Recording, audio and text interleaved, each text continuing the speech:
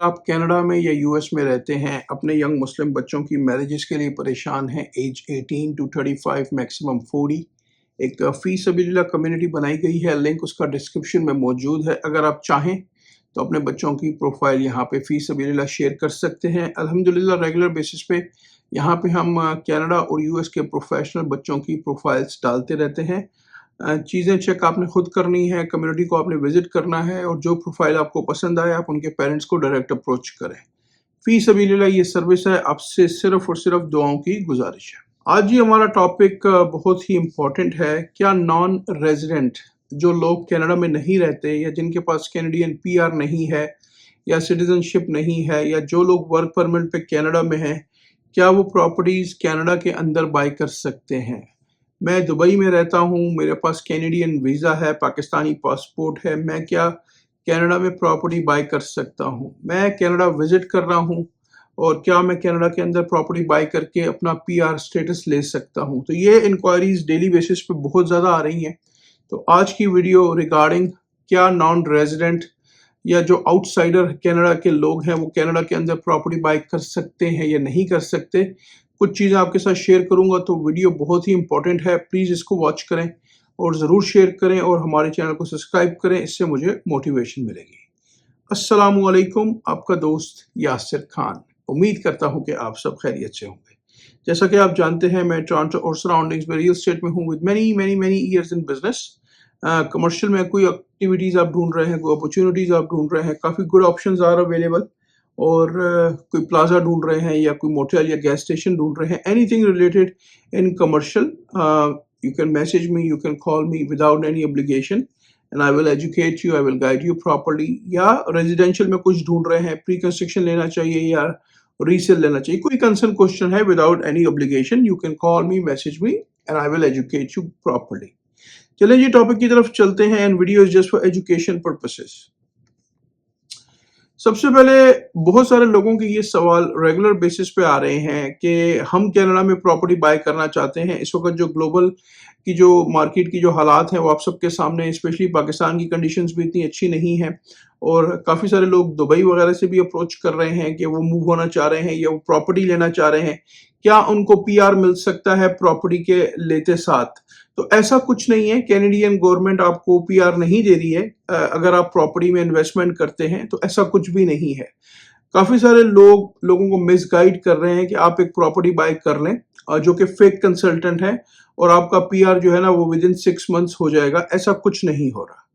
अगर आप कनाडा में, first of all non resident Canada में प्रॉपर्टी बाय नहीं कर सकता, रेजिडेंशियल प्रॉपर्टी, उसकी रिस्ट्रिक्शंस है।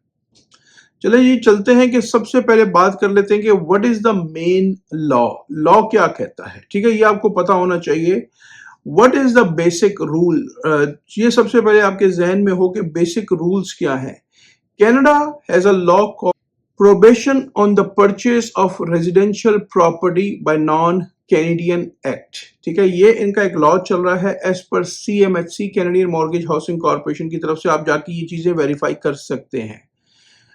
अगर आप कैनेडियन सिटीजन या परमानेंट रेजिडेंट नहीं हैं, आप कनाडा के अंदर रेजिडेंशियल प्रॉपर्टी बाय नहीं कर सकते। इस पे उन्होंने रिस्ट्रिक्शंस लगाई थी बैक इन जनवरी 1st 2023, जब रियल एस्टेट की मार्केट यहाँ बहुत ऊपर चली गई थी। The rule started on January 1st 2023 और जो फेडरल गवर्नमेंट ने इसको एक्सटेंड किया था up to January 1st 2027, almost 26 के एंड में है और थर्ड क्वार्टर जो है वो फिनिश होने वाला है और फोर्थ क्वार्टर वेरी सून शुरू हो जाएगा। तो अब क्या ये रूल्स लिफ्ट होंगे या नहीं होंगे जनवरी 1st 2027 में? We don't know yet, it's too early. हो सकता है कि वो लिफ्ट हटा दें, हो सकता है वो ये लिफ्ट कंटिन्यू रहे, वी डोंट नो, ठीक है। लेकिन I will definitely educate you once, जैसी कोई इंफॉर्मेशन आएगी मैं आप सबके साथ जरूर शेयर करूंगा। अगर एक नॉन कैनेडियन इस लॉ को ब्रेक करता है, उसको अप टू $10,000 का फाइन भी हो सकता है, ठीक है। And the court even order the house to be sold, और कोर्ट उसको ये भी ऑर्डर कर सकती है कि वो घर को बेचे। लेकिन लॉयर्स जो हैं वो ट्रांजैक्शन को कंप्लीट ही नहीं करेंगे क्योंकि नॉन रेजिडेंट की काफी हाई रिस्ट्रिक्शंस चल रही है। अच्छा, अगर हम आगे बात करें एक्सेप्शंस क्या हैं इसमें फॉर वर्क परमिट होल्डर्स के भी कंसर्न्स होते हैं कि हम वर्क परमिट पे हैं, क्या हम प्रॉपर्टी बाय कर सकते हैं, क्या इसकी पॉसिबिलिटीज हैं। Can you buy a property if you are working in Canada on a work permit? इसका सिंपल आंसर है yes, you can, but you must follow the rules set by the government। Rules क्या कहते हैं जिनको आपने follow करना है अगर आप वर्क परमिट पे हैं? Your work permit must have at least, आपका वर्क परमिट 183 डेज का मिनिमम वैलिड होना चाहिए, अबाउट 6 months।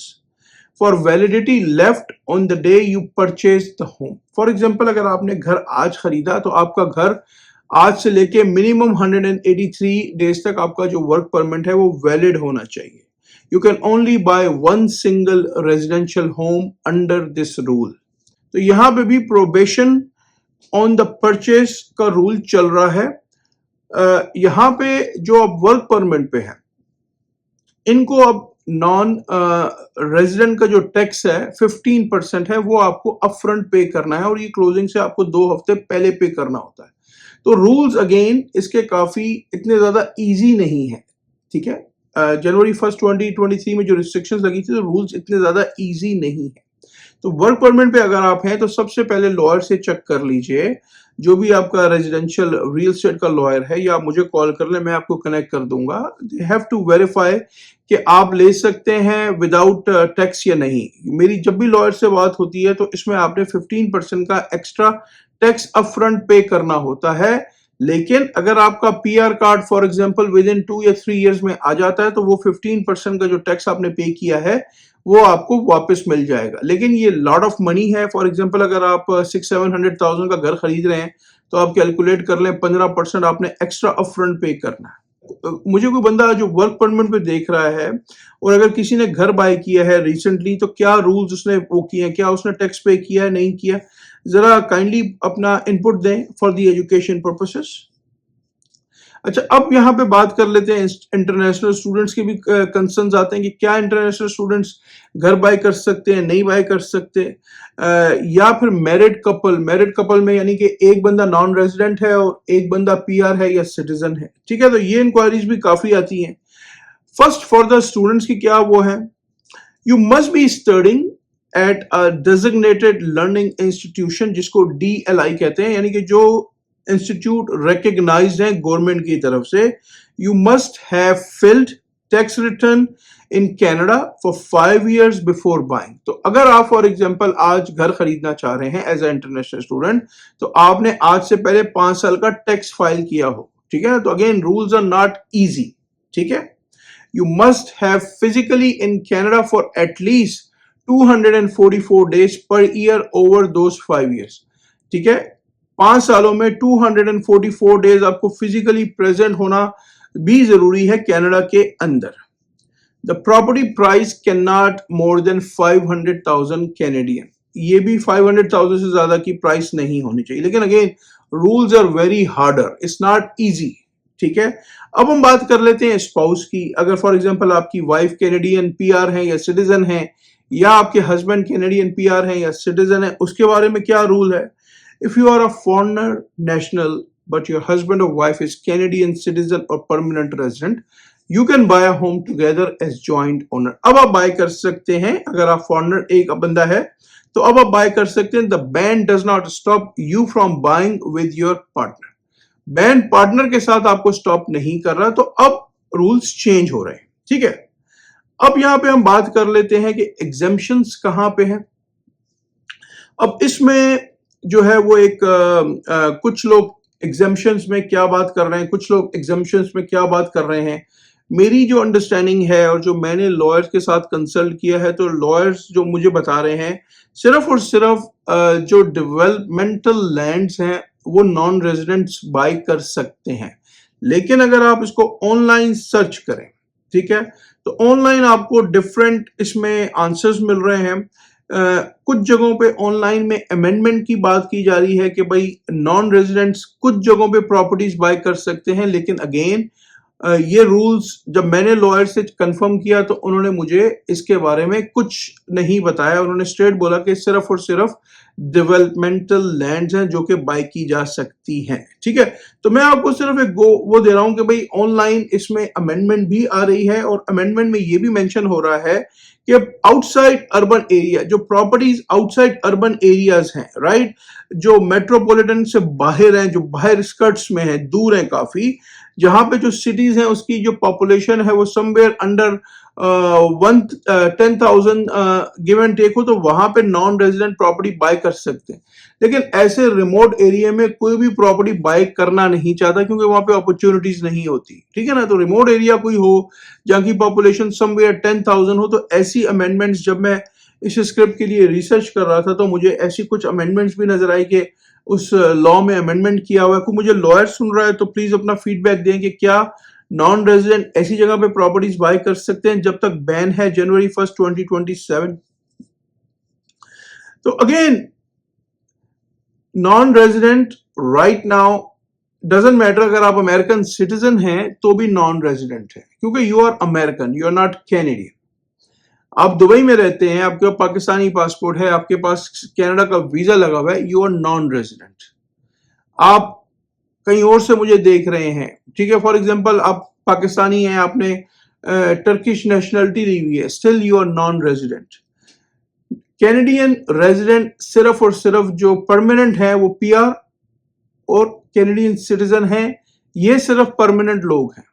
ठीक है, इन पे कोई रिस्ट्रिक्शंस नहीं है, इन पे मॉर्गेज की जो क्वालिफिकेशन की जो रिक्वायरमेंट है वही लगेगी, अदरवाइज इन पे कोई रिस्ट्रिक्शंस नहीं है।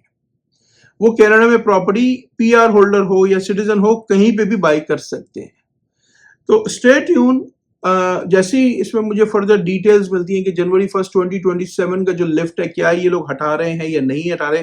अगर लिफ्ट हटाएंगे तो it's gonna be a very good news for lot of foreign nationals, non resident Canada में फिर वो प्रॉपर्टीज खरीद सकते हैं, राइट। लेकिन प्रॉपर्टी खरीदेंगे तो आपको पीआर नहीं मिलेगा। तो प्लीज अगर कोई आपको फेक एजेंट ये बोल रहा है कि आप कनाडा में प्रॉपर्टी में इन्वेस्टमेंट कर दें या किसी कजन भाई के साथ ले लें और आपका पीआर हो जाएगा, तो ऐसा कुछ नहीं होने वाला। अपनी प्रॉपर ड्यू डिलिजेंस करें, प्लीज गूगल पे जाएं, प्रॉपर रिसर्च करें, हर चीज गूगल पे अवेलेबल है। ठीक है, उम्मीद करता हूं वीडियो आपको पसंद आई होगी। मुझे अपना फीडबैक जरूर दें कि व्हाट डू यू थिंक, और ऐसे कौन कौन से टॉपिक्स हैं जिस पे आप चाहते हैं कि मैं वीडियोस बनाऊं, आप लोगों के सामने शेयर करूं। अगर अभी तक आपने चैनल को लाइक या सब्सक्राइब नहीं किया, इसको प्लीज लाइक करें, सब्सक्राइब करें, शेयर करें, इससे मुझे मोटिवेशन मिलेगी। हंसते रहें, मुस्कुराते रहें, खुशियां बांटते रहें। जिंदगी ने साथ दिया, ऐसी किसी और वीडियो में मुलाकात रहेगी। अपना बहुत ख्याल रखें। अल्लाह हाफिज, all the best and take care.